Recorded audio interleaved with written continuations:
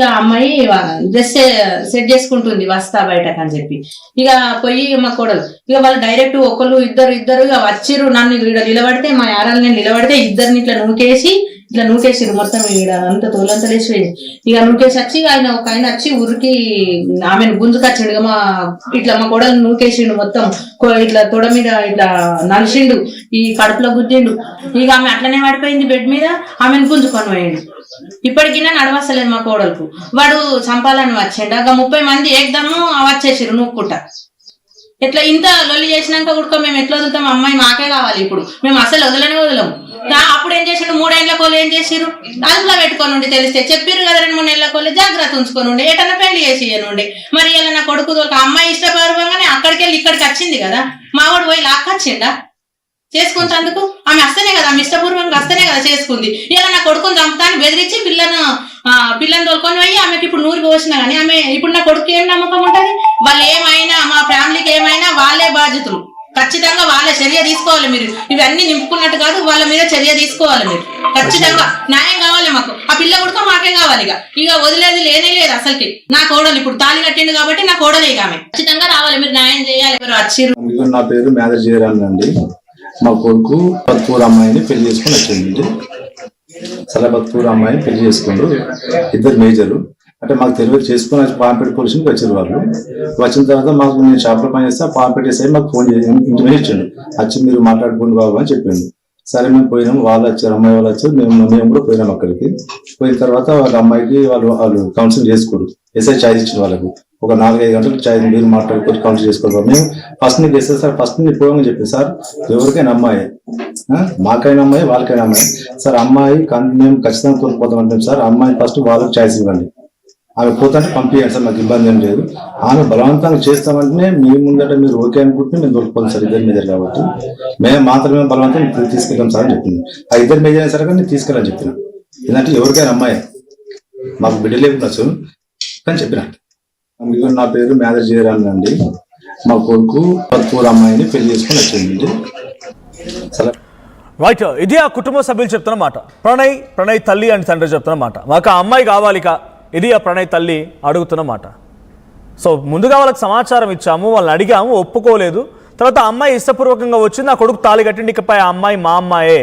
పోలీసులు కౌన్సిలింగ్ ఇచ్చారంట. గతంలో కూడా మేడ్చల్ ఇటువంటి ఘటన జరిగింది. సో అక్కడ కూడా ఇంకా చాలా దారుణం కిడ్నాప్ చేసి అమ్మాయిని రోడ్డు మీద ఈడుస్తూ జుట్టు పట్టి కాలు పట్టి లాగేసుకొని కారులో ఎక్కించుకొని వెళ్ళారు. సో రేయింబవలు రాత్రనక పగలనక 3 రోజుల పాటుగా పోలీస్ స్టేషన్ దగ్గర ఉండిపోయాడు ఆ అబ్బాయి. ఇప్పుడు ఇక్కడ కూడా జరుగుతున్నదే. ప్రణయ్ అనేటువంటి వ్యక్తి తన భార్యని కిడ్నాప్ చేశారని చెప్పి పోలీసులకు కంప్లైంట్ ఇచ్చాడు. మరి పోలీసులకు సీసీటీవీ కెమెరా యొక్క దృశ్యాలను కూడా మనకు ఆర్టీ స్క్రీన్పై చూపడుతున్నటువంటి ఈ దృశ్యాలను కూడా సబ్మిట్ చేస్తానని చెప్తున్నారు. పోలీసుల నుంచి ఇంకా సమాచారం రావాల్సి ఉంది అంటూ చెప్తున్నారు. మా ప్రతినిధి మహేష్ సిద్ధంగా ఉన్నారు. మహేష్, ఏం జరిగింది? ఇటు ప్రణయ్ తన భార్య కోసం ఎటువంటి అన్వేషణ కొనసాగుతోంది? పోలీసులు ఏం చెప్తున్నారు? డైరెక్ట్గా పట్టపగలే వాళ్ళ ఇంటికి వచ్చి వాళ్ళపై దాడి చేసి ఆ అమ్మాయిని కిడ్నాప్ చేసుకొని వెళ్ళారు. అప్పటికే పోలీసులకి ప్రణయ్ కంప్లైంట్ ఇచ్చారు, కౌన్సిలింగ్ కూడా పూర్తయింది. ఇప్పుడు ఈ ఇష్యూ ఎలా చూస్తున్నారు? స్థానికులు ఏం చెప్తున్నారు? ఖచ్చితంగా మన కులాంతర ప్రేమ వివాహం చేస్తున్న సంఘటనకు అనూహ్య పరిణామం చోటు చేస్తుందని చెప్పుకోవచ్చు. పోలీసుల సమక్షం భర్తతోనే ఉంటానని తెలిపిన నవవధువును 2 రోజుల వ్యవధిలో ఆమె తల్లిదండ్రులు, బంధువులు 4 కార్లలో వచ్చి అబ్బాయి ఇంటి నుంచి బలవంతంగా తీసుకెళ్లడం జరిగింది. ఈ ఘటన మెదక్ జిల్లా పాపన్నపేట మండలం ఎల్లాపూర్ గ్రామంలో గురువారం చోటు చేస్తుంది. అబ్బాయి తల్లి శ్యామల తెలిపిన వివరాల ప్రకారం ఎల్లాపూర్ చెందిన తన కుమారుడు కౌడిపల్లి మండలం సలాబత్పూర్ చెందిన యువతిని ప్రేమించి ఈ నెల 6వ తేదీన వివాహం చేసుకున్నాడు. అదే రోజు ఇద్దరు కూడా పాపన్నపేట పోలీస్ స్టేషన్ వెళ్ళగా వారు మేజర్లు కావడంతో పోలీసులు ఇరు కుటుంబ సభ్యులకు కూడా కౌన్సిలింగ్ నిర్వహించారు. ఈ సందర్భంగా యువతి తన భర్తతోనే కలిసి ఉంటానని స్పష్టం చేయడంతో పోలీసులు ఆమెను అత్తారింటికి పంపించారు. బుధవారం మధ్యాహ్నం యువతి తల్లిదండ్రులు, బంధువులు 4 కార్లలో ఎవరూ లేని సమయంలో మా ఇంటికి వచ్చి హంగామా సృష్టించి అడ్డుకోబోయిన నన్ను పక్కకు తోసి యువతిని తమ వెంట తీసుకెళ్లిన శ్యామల ఆరోపించిన పరిస్థితి మనం చూస్తున్నాం. కులాంతర వివాహమే ఇందుకు కారణమని ఆమె పేర్కొంటున్నారు. ఈ ఘటనపై అబ్బాయి కుటుంబ సభ్యులు పాపన్నపేట పోలీస్ స్టేషన్ లో ఫిర్యాదు చేసినట్టు తెలుస్తుంది. యువతిని తిరిగి భర్త వద్దకు అప్పగించుకుంటే లేకుంటే చట్టపరమైన చర్యలు తీసుకుంటారని పోలీసులు కూడా ఇప్పటికే హెచ్చరికలు జారీ చేశారు. యువతి కుటుంబ సభ్యులకు హెచ్చరించినట్టు మనకు తెలుస్తుంది. ఎవరు లేని సమయంలో అడ్డు వచ్చిన అబ్బాయి తల్లిని తోసి వేసి అమ్మాయిని తీసుకెళ్లిన వారిపై ఫిర్యాదు చేసిన పోలీసులు ఎందుకు జాప్యం చేస్తున్నారని చెప్పి ప్రధానంగా డిమాండ్ చేస్తున్న పరిస్థితి మనం చూస్తున్నాం. దీనికి సంబంధించి చూసుకున్నట్టయితే అంటే ఆమె ఇష్టం కొద్దీ నా భర్తతోనే నేను ఉంటాను, గత 3 సంవత్సరాలుగా ప్రేమించుకుంటున్నాం, ప్రణయ్ని నాకు చాలా ఇష్టం అని చెప్పి ప్రధానంగా చెప్తున్నారు. ఇందులో సందర్భం చూసుకున్నట్టయితే ఎవరైతే గౌతమి ఉన్నదో గౌతమి యొక్క సామాజిక వర్గము గౌడ కులస్థానికి చెందిన వారు, ప్రణయ్ సంబంధించి చూసుకున్నట్టయితే మ్యాదరి కులానికి చెందిన వారు. అంటే గతంలో వీరి ప్రేమ వ్యవహారం నడిచినప్పుడు మరి తల్లిదండ్రులు ఏం చేశారని చెప్పి యొక్క ప్రణయ్ తల్లి శ్యామల కూడా ఒక గట్టిగా వాదిస్తుంది.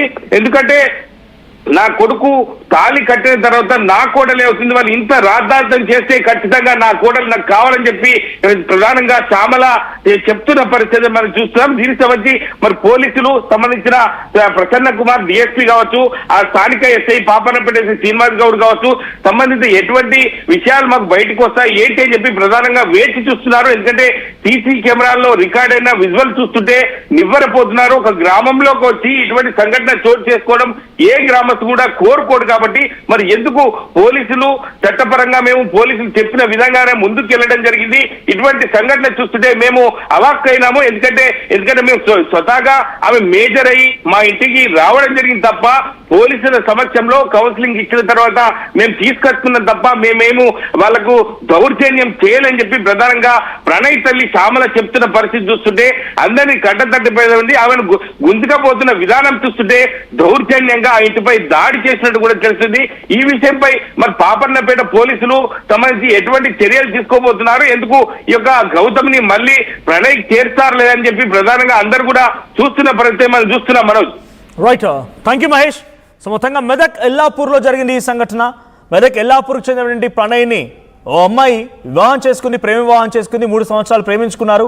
అటు తల్లిదండ్రులకు కూడా చెప్పి ప్రయత్నం చేశారు. తల్లిదండ్రులు నిరాకరించడంతో ప్రేమ పెళ్లి చేసుకున్నారు. ప్రేమ పెళ్లి చేసుకున్నటువంటి తర్వాత ఒక్కసారిగా ఇటు ఆ పిల్ల తల్లిదండ్రులు, అమ్మాయి తల్లిదండ్రులు డైరెక్ట్గా ఆ ప్రణయ్ ఇంటికి ఎల్లాపూర్కు వచ్చి ఆ కుటుంబం మీద ప్రణయ్ పైన దాడి చేసి ఆ అమ్మాయిని కిడ్నాప్ చేసుకొని వెళ్ళిపోయారు. 4 కార్లో వచ్చినటువంటి సుమారుగా 10 మంది ఆ అమ్మాయిని కిడ్నాప్ చేసుకొని వెళ్ళారు. సీసీటీవీ కెమెరాలో కూడా ఆ దృశ్యాలు రికార్డ్ అయ్యాయి. 6వ తేదీన జరిగింది, అంటే కేవలం వివాహం జరిగి కూడా 3 రోజులు అవుతోంది. 6వ తేదీన వివాహం జరిగింది. సలాబత్పూర్కు చెందినటువంటి ఆ యువతిని పెళ్లి చేసుకున్నాడు ప్రణయ్. ఇప్పుడు నా భార్య నాకు కావాలి, పోలీసులకు కంప్లైంట్ ఇచ్చాను అని చెప్పి ప్రణయ్ చెప్తున్నాడు. సో మీకేమనిపించింది వీడియో చూసిన తర్వాత? నిజంగానే ఒకసారి ఆ అమ్మాయి నిశ్చయించుకొని అన్ని రకాలుగా సిద్ధపడి ఓ వ్యక్తిని పెళ్లి చేసుకొని వెళ్ళిపోయిన తర్వాత మళ్ళీ వచ్చి ఆ కుటుంబం ఆ అమ్మాయిని కిడ్నాప్ చేయడం మీకెలా అనిపిస్తోంది? అటు ఆ తల్లిదండ్రులు చేసిన పని కరెక్టే అని మీరు అనుకుంటున్నారా? మీ అభిప్రాయాన్ని కామెంట్ చేయండి. మా మరిది ప్రణయ్ ఆయన పెళ్లి చేసుకున్నాడు. పెళ్లి చేసుకుంటే వచ్చిర్రు, అందరు మొగుళ్ళు వచ్చి దాడి చేసిర్రు మా పైకి. మేమిద్దరం డోర్ నెట్టినా గానీ వాళ్ళందరూ కలిసి డోర్ నెట్టి మమ్మల్ని ఇట్లా గొంతు పట్టి విసిగిండు. కడుపులో ఇట్లా నేను ప్రెగ్నెంట్ ఉన్నా గానీ కడుపులో తన్ని ఆమె లాక్కెళ్ళి పోయిర్రు, జుట్టు పట్టుకొని లాక్కెని వెళ్ళిర్రు. లాస్య మా మరిది ప్రణయ్ ఆయన పెళ్లి చేసుకున్నాడు. పెళ్లి చేసుకుంటే వచ్చిర్రు, అందరు మొగుళ్ళు వచ్చి దాడి చేసిర్రు.